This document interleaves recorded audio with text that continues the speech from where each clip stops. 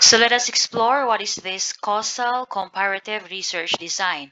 So this um, particular research design, this seeks to identify the cause and the effect relationship. Kaya nga causal comparative, no, between the independent and the dependent variables. So the purpose of this causal comparative study is to explore the effects, the consequences, and the causes. And it also determines whether one variable, it could be the IV, has a direct influence on the other variable. Okay, so it identifies the cause of certain phenomenon or occurrences or non-occurrences. So variables cannot be, still ha, hindi ito experimental, no? The variables here cannot be manipulated, but link between variables is established, kaya relationship. And the implication of possible causes are used to draw conclusion. Okay, so we have here some examples: the academic procrastination and the performance in distance education, a causal comparative study in an online learning environment. That's one of the example of a causal comparative study. Next is causal comparative study, the effect of school scheduling and academic outcomes of economically disadvantaged student. So the researcher here tries to identify the effect of school scheduling to academic outcomes. So what causes academic outcomes, right? So this has two types: the retrospective causal comparative and the prospective causal comparative. So when we say retrospective, as the term itself, no, nauna yung iimbestigahan natin yung effect, and then the effect comes before the cause. Parang ganon, no?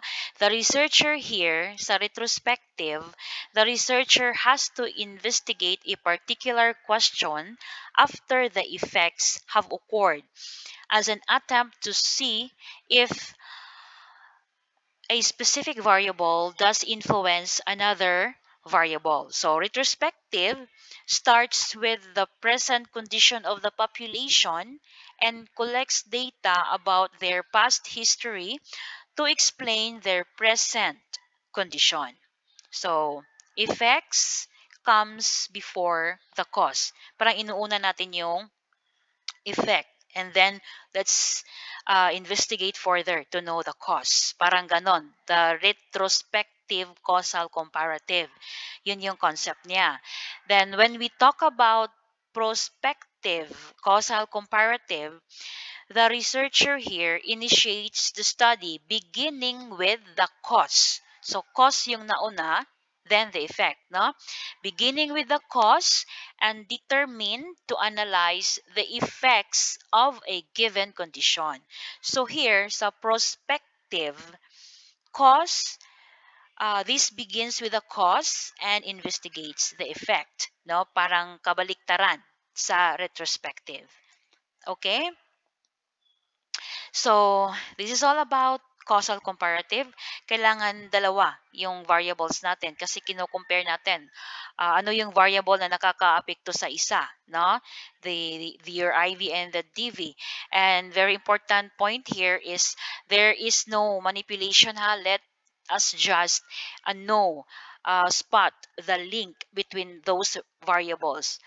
Okay, so the next topic will be the survey approach, and then after that, survey approach, and then ex post facto, and then we're down to the last topic, the post test only design. Okay, so thank you for listening, and I hope that you learned something here.